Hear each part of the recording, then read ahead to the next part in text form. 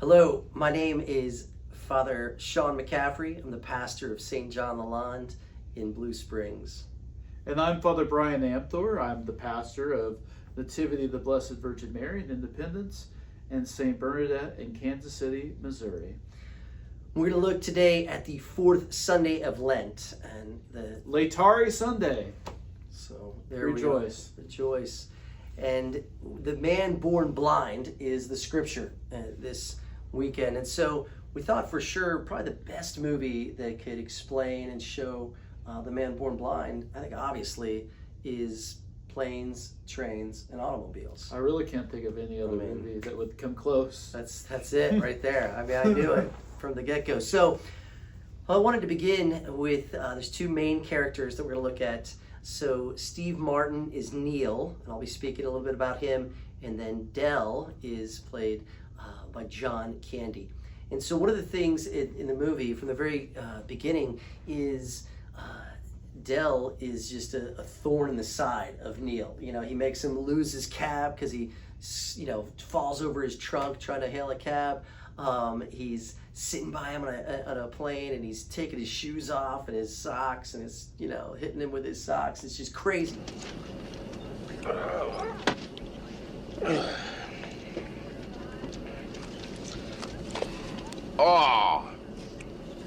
Oh, that feels good. Oh, God, I'm telling you. My dogs are barking today. Whew. Oh. That feels better. So he wants to do anything he can to get away from this guy, and then he even really tells him how boring he is, and just his stories have no meaning, and really kind of very harsh, very mean of how Neil treats Del. You got a free cab, you got a free room, and someone who'll listen to your boring stories. I mean, didn't you notice on the plane when you started talking, eventually I started reading the vomit bag? Didn't that give you some sort of clue, like, hey, maybe this guy's not enjoying it? You know, everything is not an anecdote. You have to discriminate. You choose things that are funny or mildly amusing or interesting. You're a miracle. Your stories have none of that. They're not even amusing accidentally. And I think we realize there's a blindness there, right? He thinks he's better than Del, and he's an executive from New York, advertising exec, and kind of a high power, guy, and he just sees Del as this lower level, shower curtain ring salesman, and so he kind of looks down upon him, and I think there's a journey where he starts to has to figure out that blindness, that he actually needs Del and needs his friendship and support along the way, even the modes of transportation to be able to get to his family, that he's on a quest to go see his family for Thanksgiving. You want to hurt me? Go right ahead if it makes you feel any better.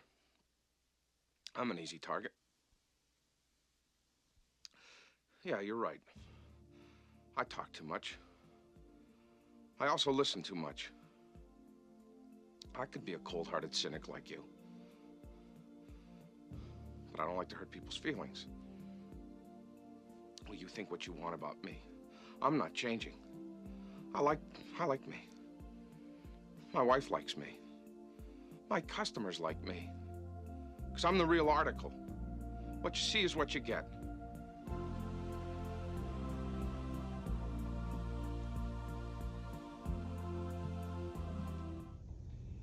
Well, yeah, and I think Del goes on his own journey as well. The guy played by John Candy. He's, he is very happy-go-lucky, kind of just oblivious to the world around him, And I think, in some sense, I think of Laetare Sunday, that we're celebrating today, because he's just so filled with joy. It's like, everybody loves me. Like you said, he's selling the shower rings, and he's doing all that, and he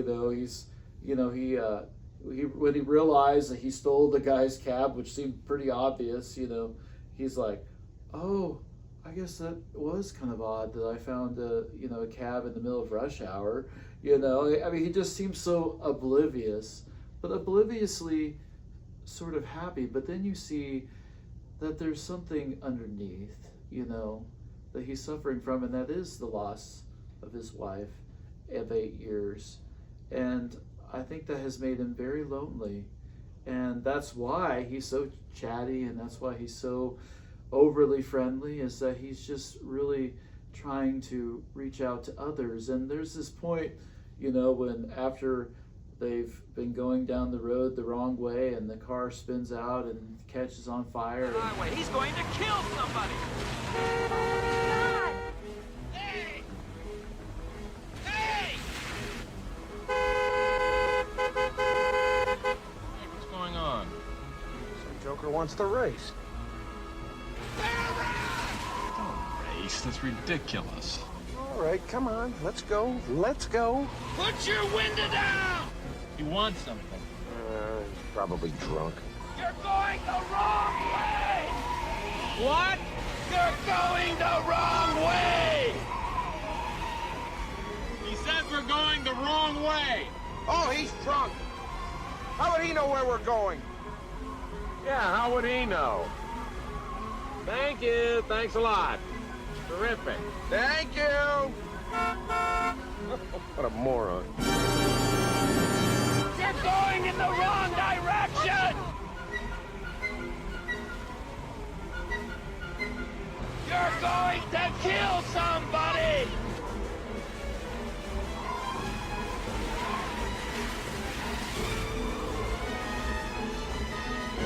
You're going the wrong way!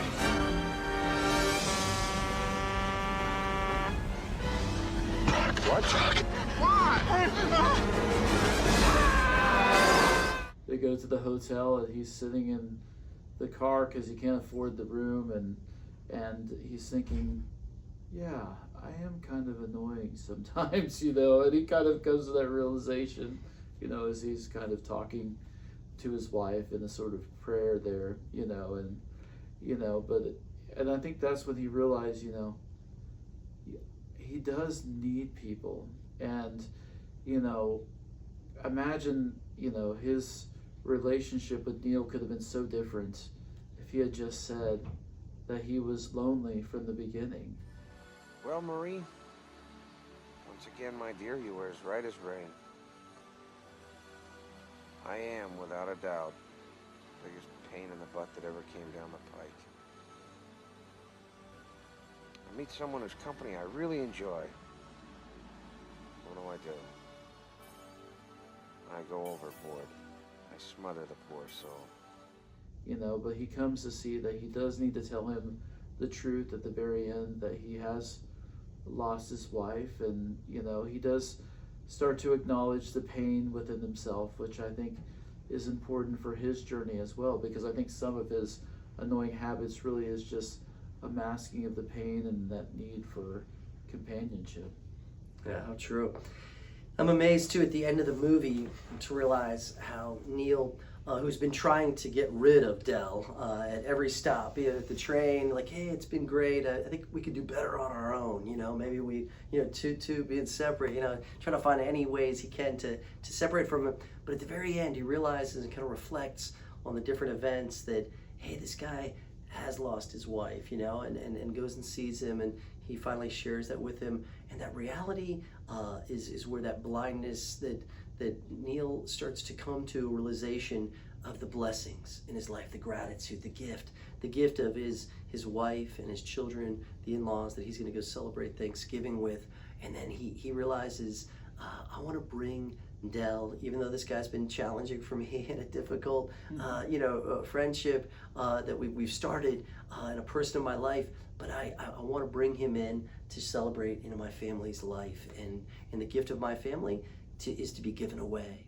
Neil saw beyond himself too, and saw that there are people who are in need, and so he saw reaching out to him as a great thing to do. And what a great thing for us to do during the season of Lent too is get out of ourselves and see, let our blindness be healed by the light of Christ, to see those in need and go out of our way to help them and love Christ within them.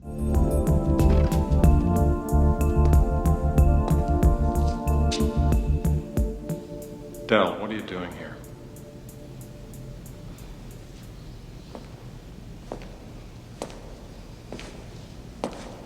Said you were going home. What are you doing here? I don't have a home.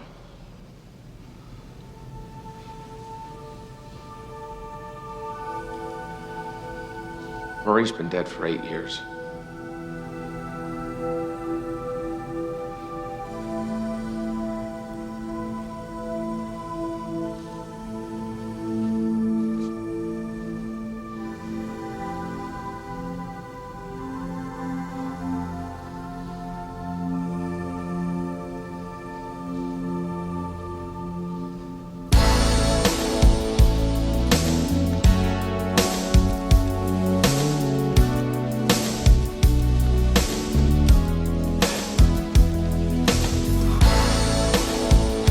Boy, you are one lucky guy, Neil.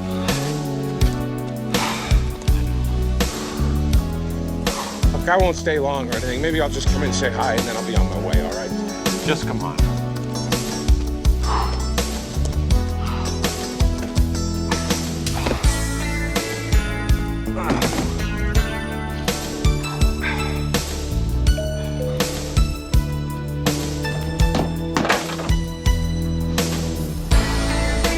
Hi, kiddo.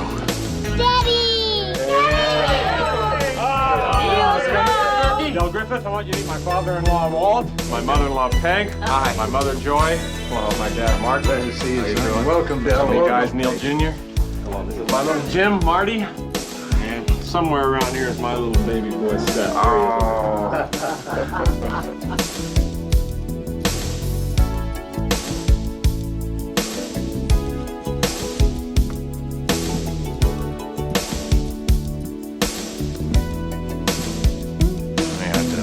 I'd like you to meet a friend of mine.